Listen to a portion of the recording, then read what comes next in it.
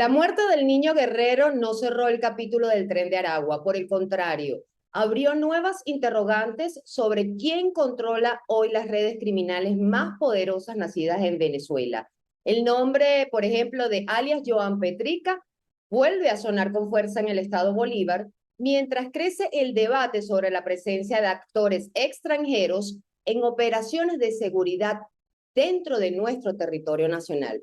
Hoy en Cara a Cara conversamos con mi invitado, él es el ex fiscal y también analista venezolano, Rolnar Sanabria, también presidente del Instituto Latino para la Eficiencia y Seguridad. Gracias por aceptar la invitación a Impacto Venezuela. ¿Cómo está? Hola, ¿cómo estás? Gracias primero que todo por esta invitación, por permitirme estar en esta ventana de información. Agradezco todo tu trabajo y todo lo que haces por la diáspora venezolana. No, gracias a ti porque a través de tu conocimiento, de tu experiencia, es que vamos a ver un poco más allá de los acontecimientos que se han llevado a cabo en los últimos días en Venezuela, entendiendo además que eres el autor de un libro sobre el Tren de Aragua. ¿Quién mejor que tú, que has hecho seguimiento a esta organización hoy en día criminal transnacional, calificada por el propio gobierno de los Estados Unidos?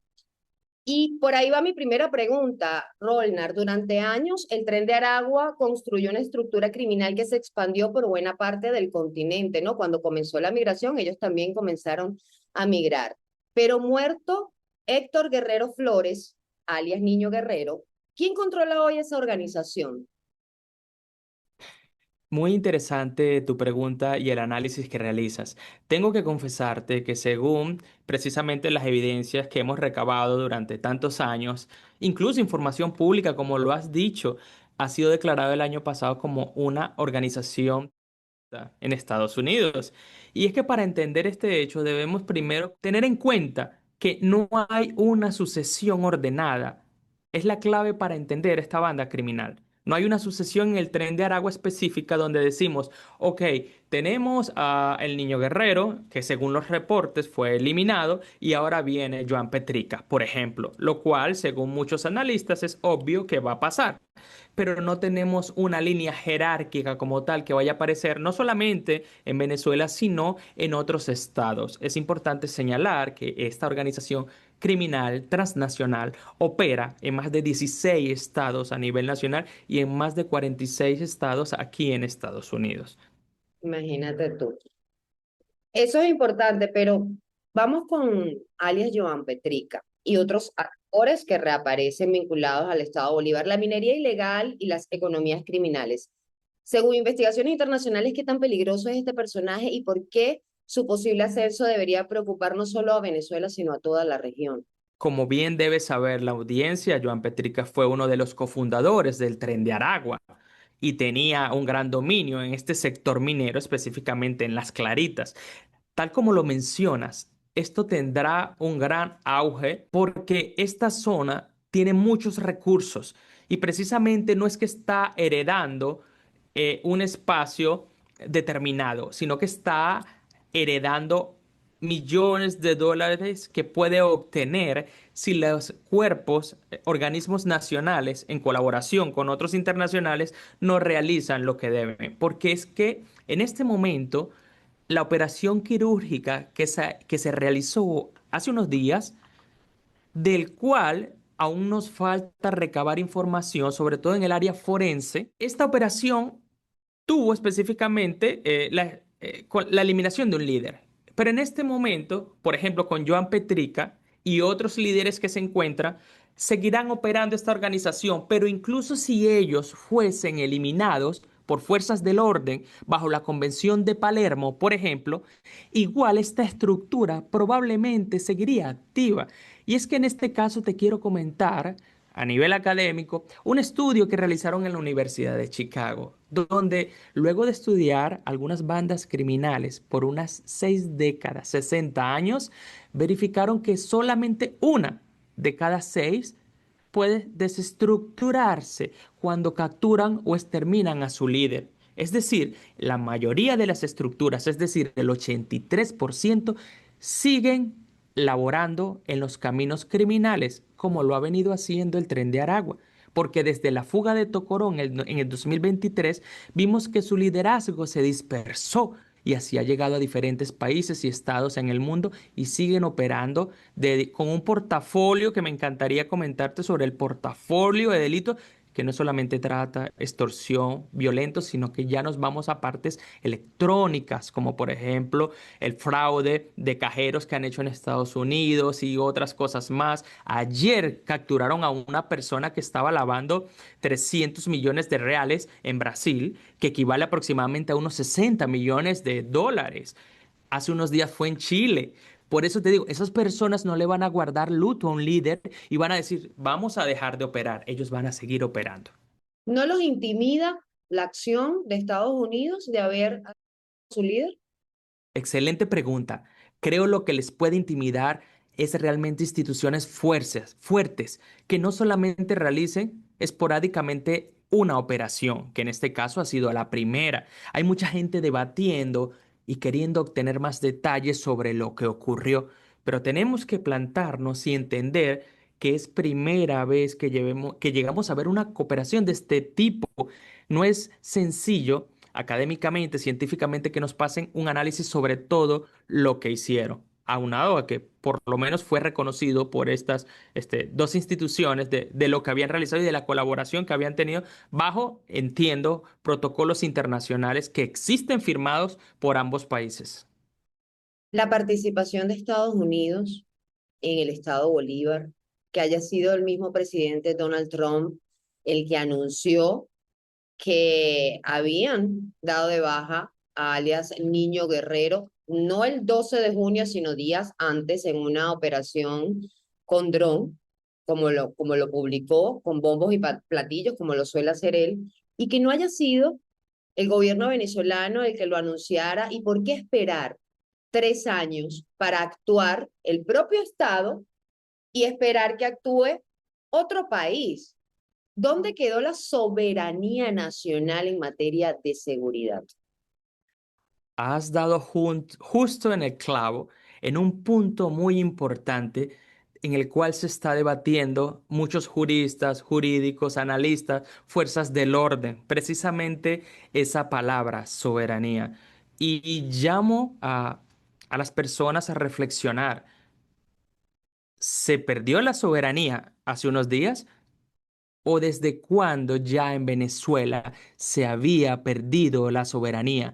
Porque es que tal como está consagrado en la Constitución Nacional, ciertamente la soberanía aparece plasmada de forma material, pero en el derecho internacional también aparece señalado de forma formal, valga la redundancia, y es que no se trata de solamente decir que reside y que el Estado va a usar esta soberanía, sino que desde hace muchos años, probablemente se cedió el control a actores no estatales.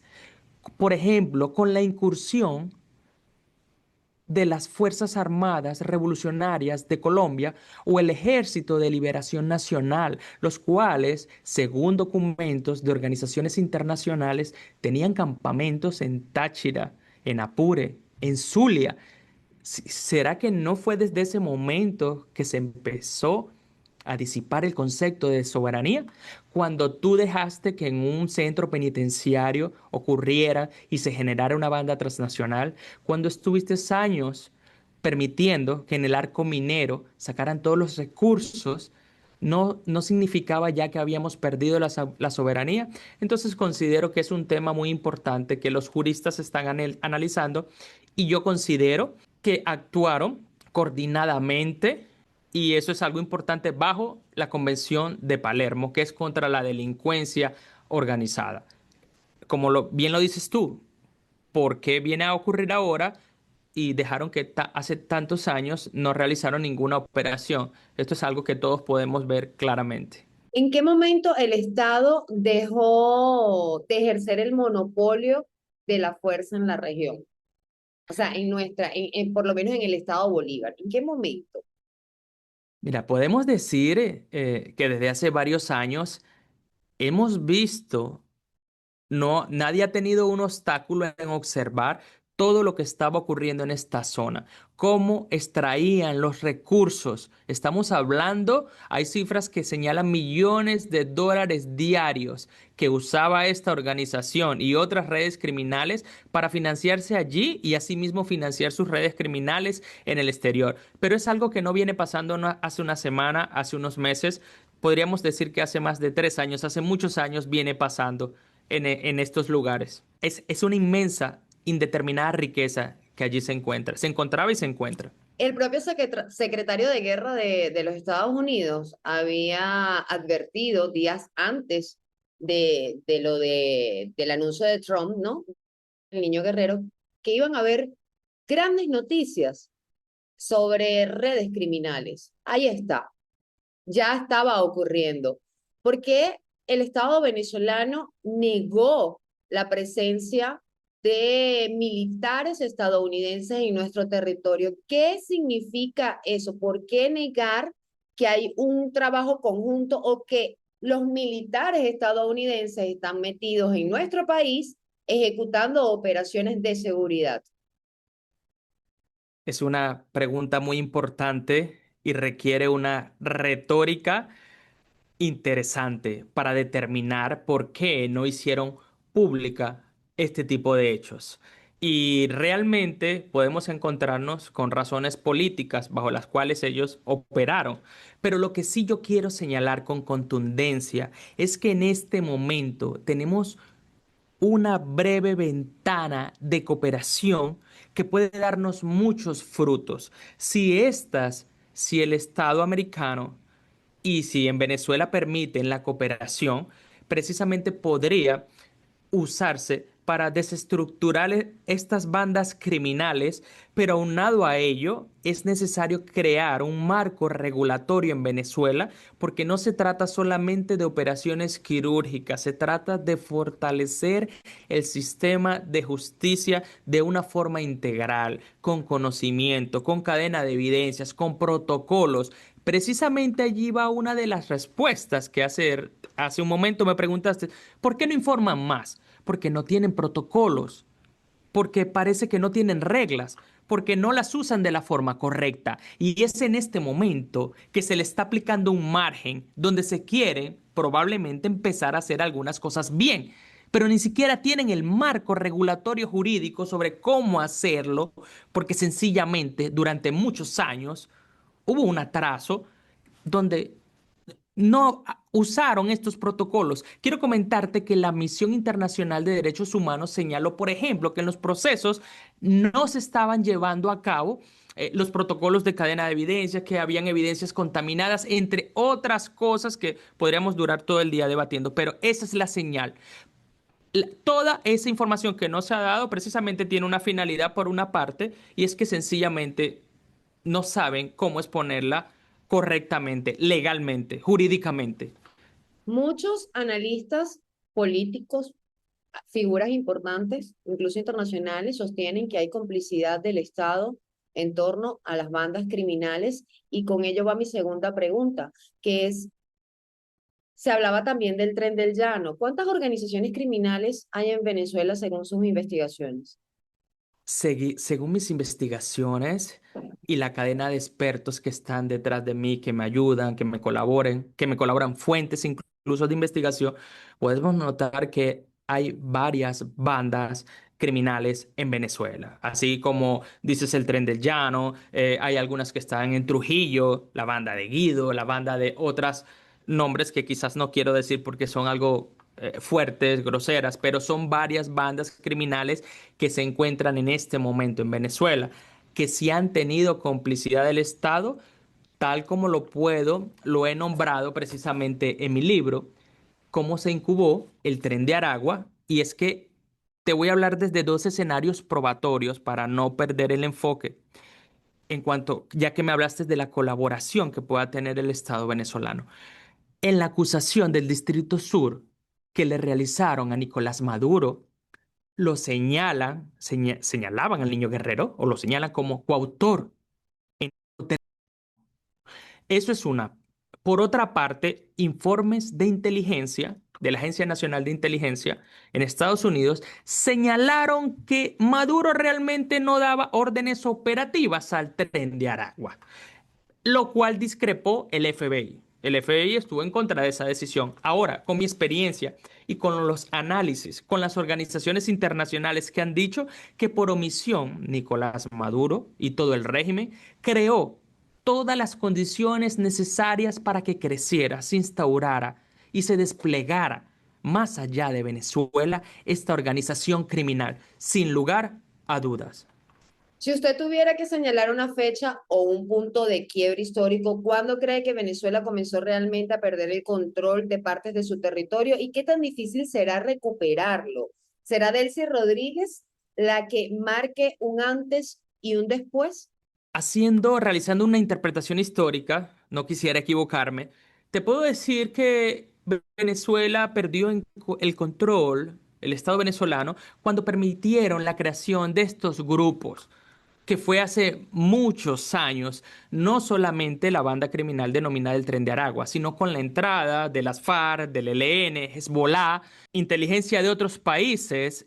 En ese momento fue perdiendo el monopolio del poder, en este caso. Ahora, con respecto a la otra pregunta, que si Delcy puede marcar una hora o un después, yo creo que esto va más allá de una persona. Se trata de las instituciones. Y hasta el momento en que no logremos la creación de verdaderas instituciones que respeten los valores, que tengan meritocracia, academia, profesionales, en ese momento es que vamos a marcar un antes y un después, porque esta organización criminal no se acaba ni se acabará solamente con una operación quirúrgica de uno de sus líderes negativos. ¿Qué mensaje le envía a los venezolanos, o mejor dicho, a quienes viven hoy en carne propia lo que está ocurriendo en el estado Bolívar? Con eso quiero finalizar, sobre todo la etnia Pemón, que ha denunciado últimamente que ese Joan Petrica y otros criminales se están buscando refugiar en esas aldeas, en esas zonas y los tienen atemorizados. ¿Por qué mensaje le envía y cuál es el llamado a las autoridades Ok, también? precisamente uno de los agradecimientos y la dedicatoria de este libro es a las víctimas del Tren de Aragua. Por una parte, a estos grupos, por supuesto, le dirían que tomen las medidas de seguridad necesarias, pero una cosa es lo que les puedo decir y es lo difícil es creer este tipo de llamamiento porque no confían en ninguna autoridad. Y es la razón de ser de esto. Esto no va a cambiar con una persona, no va a cambiar con un hecho. Esto solamente lo vamos a ver durante los próximos años. Y aprovecho para ir un poco más allá, que le digo a las personas con relación al Tren de Aragua. Lastimosamente hemos visto en muchos países un etiquetamiento negativo, un problema de presunción de inocencia generalizado, donde consideran que todos los venezolanos son del Tren de Aragua. Nosotros, y es parte de la razón de mi libro, los venezolanos no somos cómplices del Tren de Aragua, somos sus víctimas. Pero necesitamos informarle al mundo, qué es esta banda criminal y cómo nació con complicidad del Estado.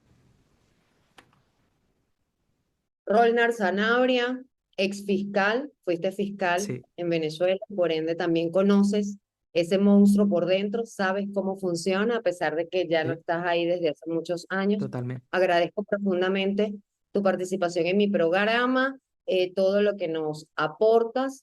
Creo que el venezolano necesita ver un poquito más allá de lo que los actores políticos siempre asoman, porque todo tiene una consecuencia.